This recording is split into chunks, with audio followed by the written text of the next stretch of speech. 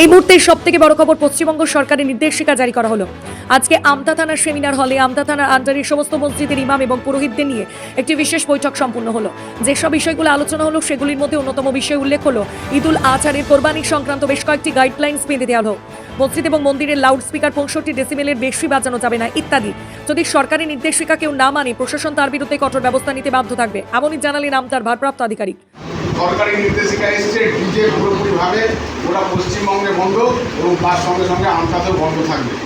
আইনটা কী আছে আশা করি প্রত্যেকেই জানেন, তবুও আমি ছোট্ট করে একটু বলে দিচ্ছি। একটা গরু যখন আমরা স্যাক্রিফাইস করবো তখন সেই গরুটা ফিট কিনা স্যাক্রিফাইসের জন্য সেই ফিট সার্টিফিকেট একটা লাগে, যে গরুটা কুরবানি দেওয়ার মতো অবস্থায় আছে কিনা, তার একটা মিনিমাম বয়স আছে গরুর, তার সঙ্গে গরুর শারীরিক অবস্থা আছে, এই অনুযায়ী একটা ফিট সার্টিফিকেট কালেক্ট করতে হবে। সেই ফিট সার্টিফিকেট থাকলে ফিট সার্টিফিকেট কালেক্ট করার পর সেটা নির্দিষ্ট যে পিলখানা আছে বা স্যাক্রিফাইসের জন্য যে রেজিস্টার্ড সরকারি রেজিস্টার্ড যে পিলখানাগুলো আছে সেইখানে একমাত্র স্যাক্রিফাইস আমরা করতে পারি। তো সেই ক্ষেত্রে যত্রতত্র যেখানে সেখানে গরু স্যাক্রিফাইস করা যাবে না। অন্যান্য পশুর ক্ষেত্রে যেগুলো আমাদের আছে ছাগল ভেড়া ইত্যাদির ক্ষেত্রে এই নিয়ম নেই, কিন্তু গরুর ক্ষেত্রে অবশ্যই এই নিয়ম আছে যে গরু ফিট কিনা সেটা আমাদেরকে জানতে হবে। জানতে গেলে ফিট সার্টিফিকেট নিতে হবে, ফিট সার্টিফিকেট নিয়ে রেজিস্টার্ড যে পিলখানা আছে সেইখানেই আমরা স্যাক্রিফাইস দিতে পারবো।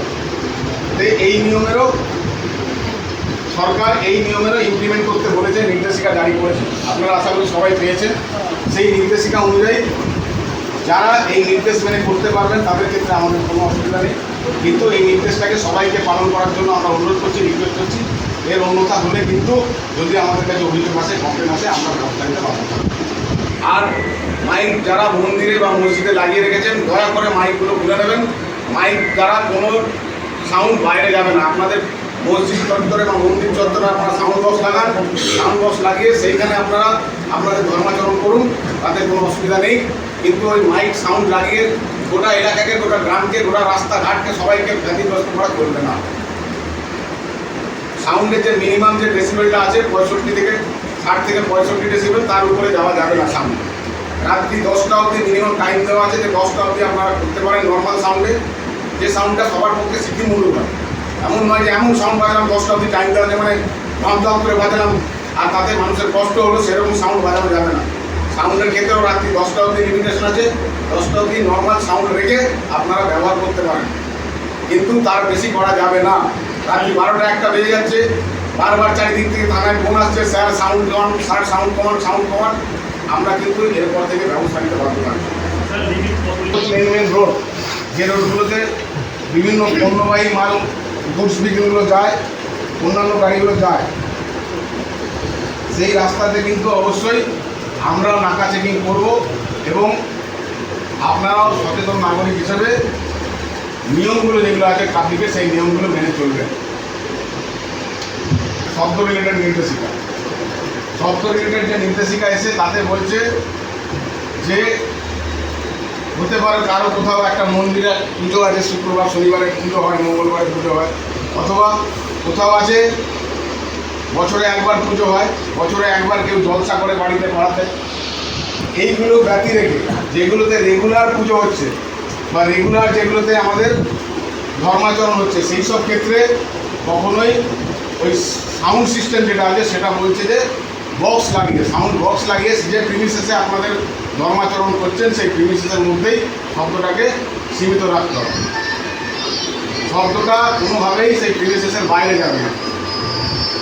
যারা নিত্য এই ধরনের অনুষ্ঠানগুলো করছেন, ধর্মাচরণগুলো করছেন, সেইগুলোর ক্ষেত্রে কখনোই ওই মাইক বাজিয়ে দূর দূরান্তের লোককে শোনানো যাবে না। যারা ধর্মাচরণ করছেন কোনো মন্দিরে যদি করে থাকেন, সেই মন্দির চত্বরের মধ্যেই শব্দটা সীমাবদ্ধ থাকবে এবং মন্দির চত্বরের বাইরে যাবে না। সেই ক্ষেত্রে বলা হচ্ছে সাউন্ড সিস্টেমের জন্য সাউন্ড বক্স ব্যবহার করার জন্য। প্রত্যেককে বলছি আমরা, সরকারি নির্দেশিকা এসছে, ডিজে পুরোপুরিভাবে ওরা পশ্চিমবঙ্গে বন্ধ এবং তার সঙ্গে সঙ্গে আমতাতেও বন্ধ থাকবে। ডিজে বক্স যারা বাজাবেন নিজেদের দায়িত্বে বাজাবেন। আমি আবারও বলছি, পুলিশ প্রশাসনকে কিন্তু পরিষ্কার নির্দেশিকা দেওয়া হচ্ছে যে ডিজে সম্পূর্ণভাবে ব্যান্ড আছে, ডিজে কেউ বাজাবেন না, ভাড়া করে নিয়ে আসবেন না ডিজে। যে কোনো অনুষ্ঠান হোক, সে পুজো হোক বা অন্য কোনো অনুষ্ঠান হোক, সেই কারণে ডিজে কেউ ইউজ করবেন না। মোটর সাইকেল চালাতে গেলে অবশ্যই হেলমেট পরে চালাতে হবে। একটা মোটর সাইকেলে দুজনের বেশি ক্যারি করা যাবে না, এবং যদি পেছনে কেউ আমার বসে থাকে তার মাথাতেও হেলমেট থাকতে হবে। এগুলো আমরা প্রত্যেকেই জানি এই নিয়মগুলো, কিন্তু এই নিয়মগুলো আমরা সবাই জেনেও মানি না, তাই তো? যে হেলমেট পরে চালাতে হবে এটা সবাই জানি আমরা, কিন্তু যখনই পুলিশ কোথাও রাস্তায় চেকিংয়ের সময় ধরে তখন বলে এই তো স্যার বাজার করতে এসেছিলাম, এই স্যার ডাক্তারখানা গেছিলাম, এই স্যার ওষুধ আনতে যাচ্ছি, এবং বিভিন্ন অজুহাত দিই আমরা। তো প্রত্যেককেই আমরা অনুরোধ করব, আপনাদের থ্রু আপনাদের এলাকার যারা আরও লোকজন আছে প্রত্যেককে আপনারা জানাবেন যে ট্রাফিকের যে নিয়ম বিধিগুলো আছে সেগুলো আমাদের প্রত্যেককে পালন করতে হবে, ট্রাফিক আইনগুলো মেনে চলতে হবে। অন্যথায় পুলিশ 1 দিন 2 দিন 3 দিন আপনাদেরকে ওয়ার্নিং দেবে, তারপর কিন্তু পুলিশ প্রসিকিউশন কাটবে, কেস দেবে। তখন কিন্তু কেউ পুলিশের বিরুদ্ধে গিয়ে বলতে পারবেন না যে পুলিশ আমাদেরকে বলেনি বা পুলিশ অন্যায়ভাবে আমাদেরকে প্রসিকিউশন দিচ্ছে, আমাদেরকে কেস দিচ্ছে। প্রত্যেককে বলবো যে ট্রাফিকের যে আইনটা আছে, যে নিয়মটা আছে, সেটা অবশ্যই মেনে চলবেন। নিত্য নতুন ভিডিও দেখতে আমতা টিভি ফলো করে রাখুন। ধন্যবাদ আমাদের সঙ্গে জুড়ে থাকার জন্য।